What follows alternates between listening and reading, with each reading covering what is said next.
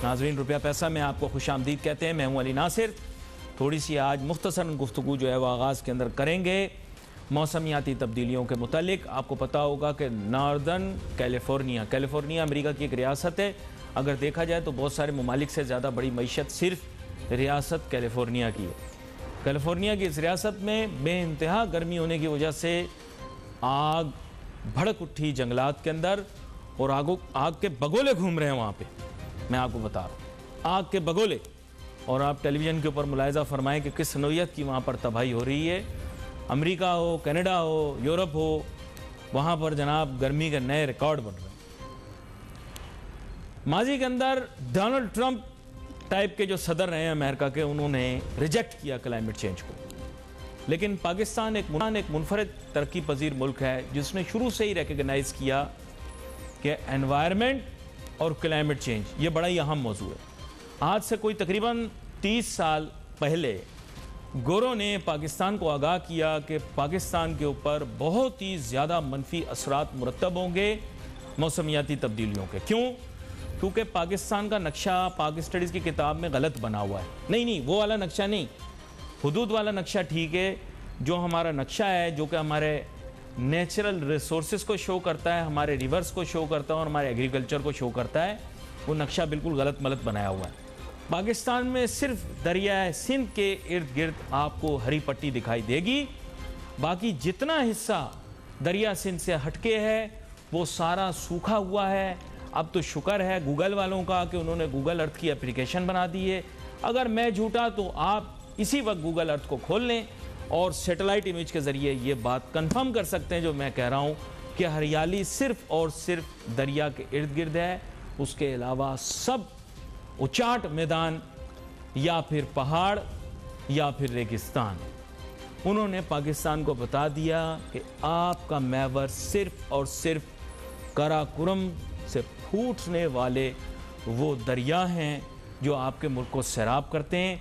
खुदा न खास्ता अगर पहाड़ों के ऊपर जमी बर्फ़ मौसमियाती तब्दीलियों और ग्लोबल वार्मिंग की वजह से पतली हो गई तो आपके दरिया बहना छोड़ दें। इसके अलावा वैसे भी हिमालय की गोद से बहते हुए दरिया हैं। ये बिल्कुल फ्रॉड लिखा हुआ है पाक स्टडीज़ की किताब के अंदर कि कश्मीर से दरिया बहते हैं। ये बिल्कुल फ्रॉडुलेंट बात है, बिल्कुल चिटिंग है, धोखा है, झूठ है। दरिया जो हैं वो या तो काराकोरम से बह रहे हैं या फिर हिमालय की गोद से बहकर पाकिस्तान में आ रहे हैं। और वहाँ पर अगर आइस कैप कमज़ोर हो गया, पतला हो गया, दरिया बहने बंद हो जाएंगे। इंडस बेसन is one of the most threatened water resource in the world. दूसरा ये कि जंगली तो हम बहुत हैं लेकिन जंगल नहीं है हमारे पास। नहीं, यू अंडरस्टैंड। बेसिकली जंगल का कानून भी है पाकिस्तान में, जंगली लोग भी हैं लेकिन जंगल नहीं है। उसकी वजह से, हरियाली ना होने की वजह से बहुत सारी तबाही है। कराची में ये बर्गर पप्पू आंटी अंकल जो हैं कोशिश करते हैं वो एक आधा कोई दरख्त वरख्त लगाकर फेसबुक पर ओह आई एम प्लांटिंग ट्री, ओह ये एक दरख्त से काम नहीं चलेगा भाई। ये वज़ीर आज़म इमरान खान साहब को मैं सलाम पेश करता हूँ कि इन्होंने 1 बिलियन ट्री सोनामी से शुरू किया, अभी मजीद इसको 10 अरब ट्री पर लेकर जाएंगे। खैर आगे चलते हैं। इसके मईशत पर भी असरात हैं लेकिन वो आप किसी आने वाले प्रोग्राम के अंदर डिस्कस करेंगे, क्योंकि आज मेरे साथ मेहमान बड़े अहम मौजूद हैं। जनाब डॉक्टर शाहिद हसन साहब, आलमी बैनुल अक़वामी शोहरत याफ्ता मईशतदान, और इनके साथ मैं डिस्कस करूँगा मईशत को। लेकिन इससे पहले कल भी एक मौजू डिस्कस किया था सर, और ये प्रोग्राम एक ट्रेंड सेटर है। हमने अफ़गानिस्तान पर बात शुरू की, यकीन करें कापी मार के तमाम चैनलों ने फिर आप देखें कि वो भी अफ़गानिस्तान में शाम के प्रोग्राम करना शुरू किए। अफ़गानिस्तान की वजह से पाकिस्तान की मईशत पर क्या असरात मुरतब होंगे, मैं चाहूँगा अवल के अंदर आप उस पर बात करें, फिर पाकिस्तान की मईशत की जानिब आऊँगा। जी बहुत शुक्रिया आपका। कि मैं आपसे ये अर्ज़ कर दूं कि खाली मईशत से इसका ताल्लुक नहीं है, इसका ताल्लुक पाकिस्तान की सलामती से बराह रास्त है, और ये बात आपके वेल में है। मैं अगर ये आपसे अर्ज़ करूं कि 9/11 के फ़ौरन बाद 2001 और 2002 में मैंने दर्जनों बार ये लिखा था अखबारात में कि इस जंग का जो मकसद है अमेरिका का, वो है खित्ते में दहशतगर्दी को बढ़ाना, दहशतगर्दी को हवा देना, नंबर 1। नंबर 2, खित्ते में, अफगानिस्तान में ये तहरीरी मौजूद है कि अमेरिका इस जंग के जरिए दहशतगर्दी को बढ़ाना चाहता है, नंबर एक। नंबर दो ये कि अमेरिका अफगानिस्तान में अपनी अफवाज को लंबे अरसे तक बरकरार रखना चाहता है। नंबर तीन, अमेरिका खित्ते को गैर मुस्तहकम करना चाहता है।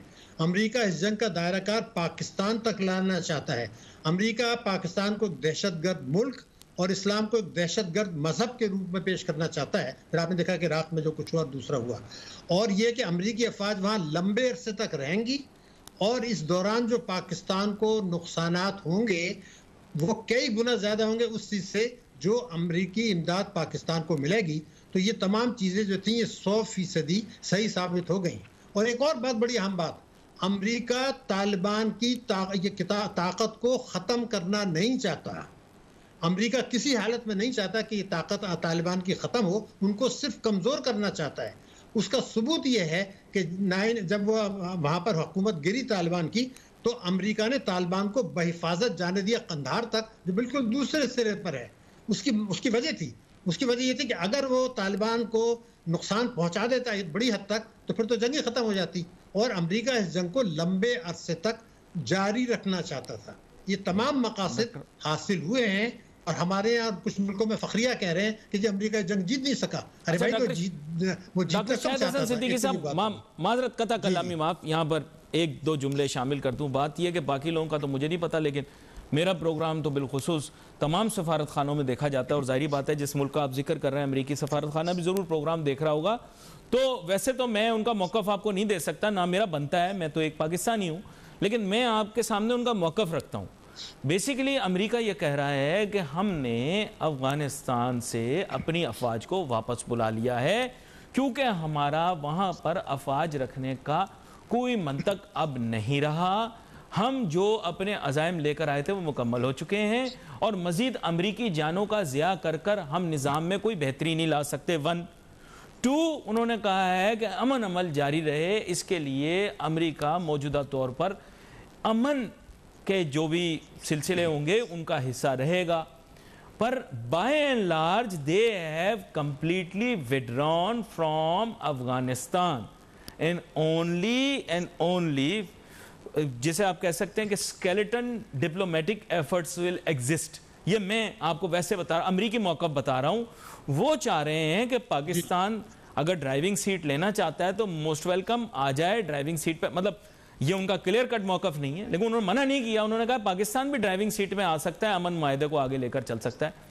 यहाँ पर मैं एक छोटी सी ब्रेक लूँगा, वापस आऊँगा क्योंकि आपने काफ़ी तल्ख और सख्त की। तो जाहिर बात है बाकी एंकरों का तो मुझे नहीं पता उनका प्रोग्राम देखा जाता है नहीं देखा जाता, मेरा ज़रूर देखा जाता है। तो मैं तो चाहता हूँ कि भाई ज़रा मामला ठीक रहें, ऐसा ना हो कि कोई और मसला हो जाए। यहाँ पर एक छोटी सी ब्रेक लेते हैं, ब्रेक के बाद वापस आते हैं, डॉक्टर शाहिद हसन सिद्दीकी साहब से बात जारी रहेगी।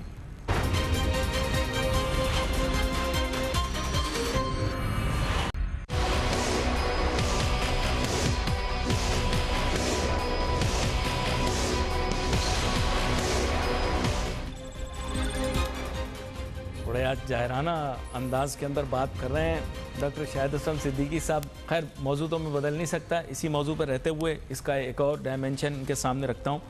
सर, वज़ीर ख़ज़ाना जनाब शौकत तरीन साहब से मंसूब ये बात सामने आई थी ग़ालिबन कि कुछ सेटलमेंट बनने वाली है और उसके एवज़ जो है वो हम अपने अड्डे देंगे, हमें आसानियाँ मिलेंगी, आराम मिलेंगे और फाइनेंशियल रिलीफ मिलेगी। फिर उसके बाद वो रिडेक्ट क्या कहते हैं इंग्लिश के अंदर, उसको वापस ले लिया गया बयान को। फिर उसके बाद खान साहब का बयान आया एब्सोल्युटली नॉट। तो मतलब इसमें क्या मसला है? कोई हम चाह रहे हैं हमें मराद ज़्यादा मिलें, कोई पैसे ऐसे मिलेंगे तो फिर हम मतलब ये है कि काम आएंगे ना, हमें भी कुछ फ़ायदा मिलेगा ना। आप ये बताएं डॉलर मिलेंगे या नहीं मिलेंगे, ये बताएं डॉलर कैसे मिलेंगे, ये बताएं आप इस सारे सिलसिले में। जी, अभी तक आपको 130 अरब डॉलर का नुकसान हुआ है और 32 अरब डॉलर मिले हैं। हाँ। ये जहन में रख लीजिए आप अपने। ठीक ठीक ठीक। नंबर 1।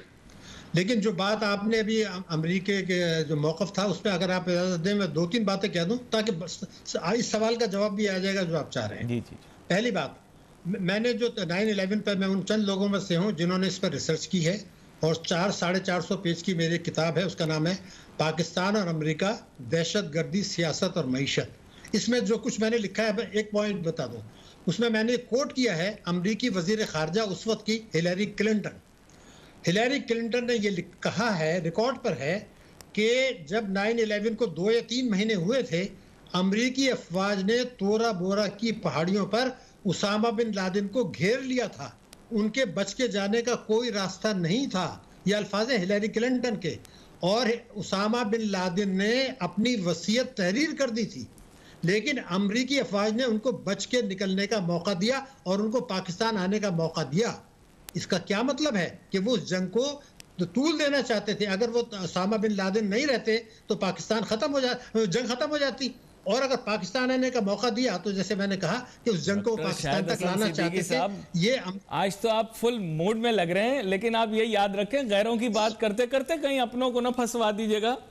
मामला 9/11 में नहीं हुआ था सर, वो तो 2 मई को हुआ था वाकया। हिफाजत करने वाला है, मगर बात हम पूरी कर लें, इसलिए कि रिसर्च बेस्ड है और ये सब किताबों में महफूज है, मेरी किताब में। तो ये तो हिलरी क्लिंटन का बयान रिकॉर्ड पर है। उन्होंने बयान दिया सेनेट कमेटी को गालिबन, तो ऐसे कोई हवा में बात नहीं कर रहा। दूसरी बात बड़ी अहम है, जो आपके सवाल का जवाब है। देखिए, ये भी मैंने अपनी इसी किताब में लिखा है। हेनरी किसिंगर बड़ी बैनुल-अक़वामी शोहरत है उनकी। उन्होंने ये कहा था 9/11 के बाद कि असल में दहशतगर्दी की जंग जो होगी वो उस वक्त शुरू होगी जब अफगानिस्तान में हमारी फौजी कार्रवाइयां खत्म हो रही होंगी, उसके बाद उस वक्त शुरू होगी दहशतगर्दी की जंग, और उसका फोकस जो होगा वो अफगानिस्तान के बाहर होगा। ये उनके अल्फाज हैं। तो ये जो फोकस अब है, ये 2017 के करीब शुरू हुआ, जिसको मैं न्यू ग्रेट गेम कहता रहा हूं आपके प्रोग्राम में। तो ये खेल ये हो रहा है कि इस वक्त जो चीज़ है जो समझने की है कि अमेरिका के मकासद बिल्कुल नहीं बदले हैं। आज अमेरिका और तालिबान में एक मुफाहमत हो चुकी है। पहले उनकी मुफाहमत थी अफगान हुकूमत के साथ, अब वो ये चाहते हैं कि तालिबान के साथ मुफाहमत करके खाना जंगी को जारी रखा जाए। उन्होंने अफगानिस्तान की हुकूमत से अपनी मदद विड्रॉ कर ली है, इसीलिए वो अचानक चले गए और तालिबान को उन्होंने कब्जा करने का मौका देते रहे ताकि ये खाना जंगी चलती रहे और पाकिस्तान इससे इस तरह मुतासर होगा कि खुदा न खास्ता अफगान महाजरीन के आने का खतरा होगा, हमारा डिस्टेबलाइजेशन होगा, हमारी अफगान हुकूमत से ताल्लुकात खराब होंगे, हमारा ईरान के साथ मसला पैदा होंगे। तो ये एक नया फेज है। हेनरी किसिंगर ने कहा था कि असल दहशतगर्दी की जंग अब शुरू होगी, न्यूक्लियर पाकिस्तान। तो हमारे प्राइम मिनिस्टर ने जो बड़ी जबरदस्त बात की है, मैं उनको सलाम पेश करता हूं कि उन्होंने कहा कि हम अड्डे नहीं देंगे, मगर वो मांगेंगे भी नहीं। ये भी मैं आपको बता दूं, अभी उनको अड्डों की जरूरत नहीं है। इस वक्त खेल दूसरा हो रहा है। काहे के लिए अड्डे चाहिए उनको? अब तो उनको यहाँ जंग नहीं करानी, अब कुछ खेल दूसरा करना है। तो ये मैंने आपको पूरा इसका बैकग्राउंड बता दिया ताकि दूध का दूध सब है। अब हमारा खेल जो है वो क्या है कि जो बड़ी गलती हम कर रहे हैं वो गलती ये कर रहे हैं कि इस वक्त हम अपनी मईशत को बैरूनी कर्जों, बैरूनी इमदाद और बैरूनी तरसीलात पे चला रहे हैं। सर एक बात आपसे पूछनी थी, ये है मेरी मुल्क की सर एक बात आपसे पूछनी थी। आपने कहा इंटरनेशनल ग्रेट गेम, तो इंटरनेशनल ग्रेट गेम की बात तो हो रही है, उससे पहले एक लुकमा आपको दे दूं, एक लुकमा आपको दे दूं। पाकिस्तान के वजीर, मुशीर, सरकारी अफसर, सियासतदानों के बच्चे, नेजिया के, वो किसी भी, ये अंडरलाइन कीजिएगा इसे, किसी भी सियासी जमात से ताल्लुक़ रखने वाले सियासतदान हो, इन सब के बच्चे अमेरिका में पढ़ते हैं, वहाँ पे रिहाइश पजीर भी हैं। कुछ लोग हैं, उनका जिक्र आया, वहाँ पे उनके रेस्टोरेंट भी हैं, नाम नहीं मैं लेता। तो बात यह कि सर ग्रेट गेम अमेरिका खेल रहा है, वो तो सही खेल रहा है, तो इसमें आमिर लियाकत तो हम हैं। हमारी देखें, इसमें जो आप देखें, जो स्टोरी आपने बिल्ड की है, उस स्टोरी के अंदर जो आप स्टोरी बिल्ड की है, मैंने बिल्ड की है, मैं आपको वही चीज कह रहा हूं। लेकिन हमारे बंदे तो सारे वहां बैठे हुए इस तक के, हमारे पाकिस्तान की क्यों बैठे हैं? नहीं, आप मेरा जुमला सुन लें तो मैं आपकी बात की तस्दीक कर रहा हूं। जी जी। एक आदमी है जिसकी उम्र 97 ईयर्स है, 97 ईयर्स का एक आदमी है जिसकी सारी दुनिया में शोहरत है, नोम चॉम्स्की। उसके अल्फाज हैं, अमेरिका ने पाकिस्तान की अशराफिया को खरीद लिया है, और अगर आपको नहीं खरीदा तो आप अशराफिया नहीं है, समझ ले मेरी बात। तो जो आप जिसकी तफसीर आप बता रहे हैं वो अमेरिका ने, हम खुद ठीक लोग नहीं है सर।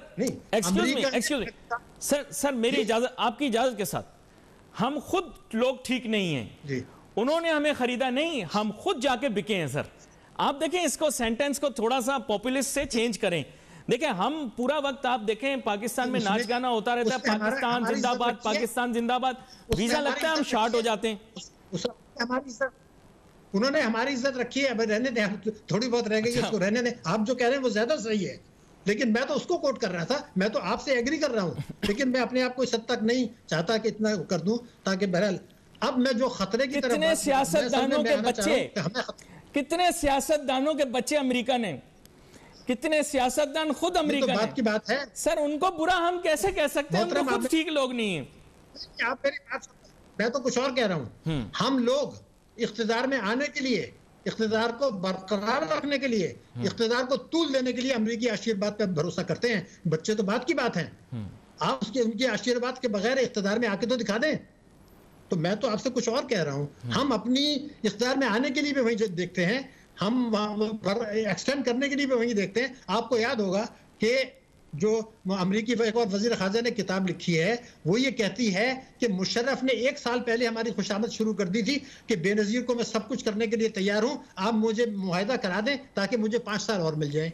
तो मुशर्रफ साहब तो कहते थे सबसे पहले पाकिस्तान, सर मुशर्रफ साहब तो ये कहते थे।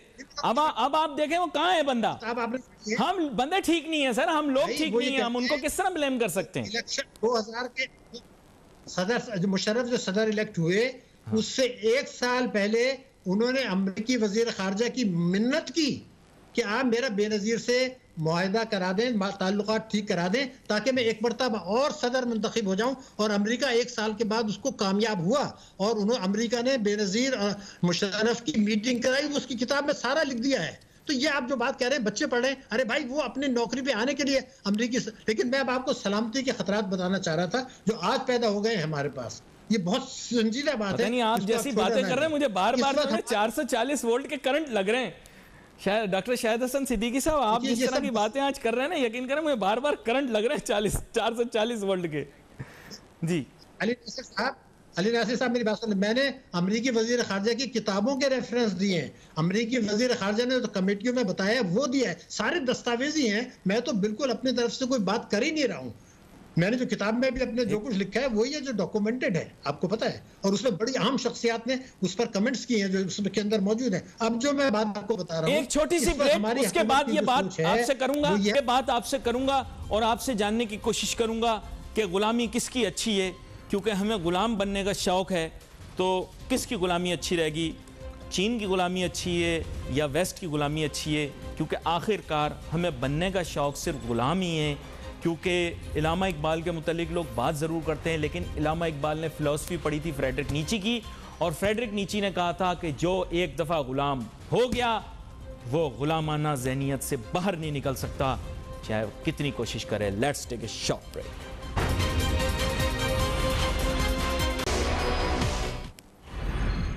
डॉक्टर शाहिद हसन सिद्दीकी साहब सूरज के मुझे इतने नज़दीक ले गए हैं कि मेरे पर जलना शुरू हो गए।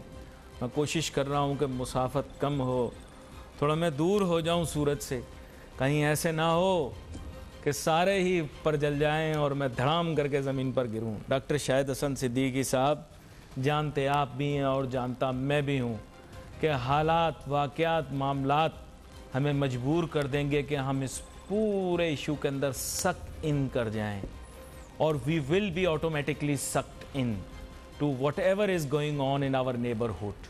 इसकी वजह से आपने बताया पाकिस्तान को 32 अरब डॉलर मिले, आपके नज़दीक तखमीने के हिसाब से, और मेरे ख्याल से पहले भी इस सिलसिले में तखमीने आया कि 130 अरब के लगभग हमें नुकसानात भी हुए हैं, डॉलरों की बात हो रही है। लेकिन सर अब मैं आपके सामने बड़ी फ्रैंक और स्ट्रेट फॉरवर्ड बात करूँगा।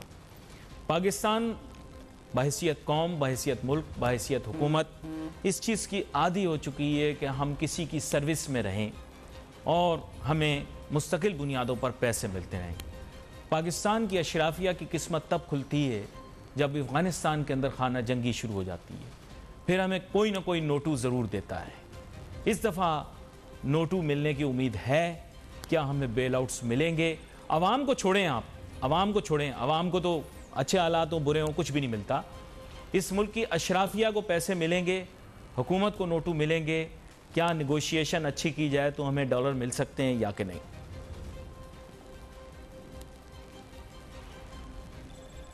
जी डॉक्टर शाहिद।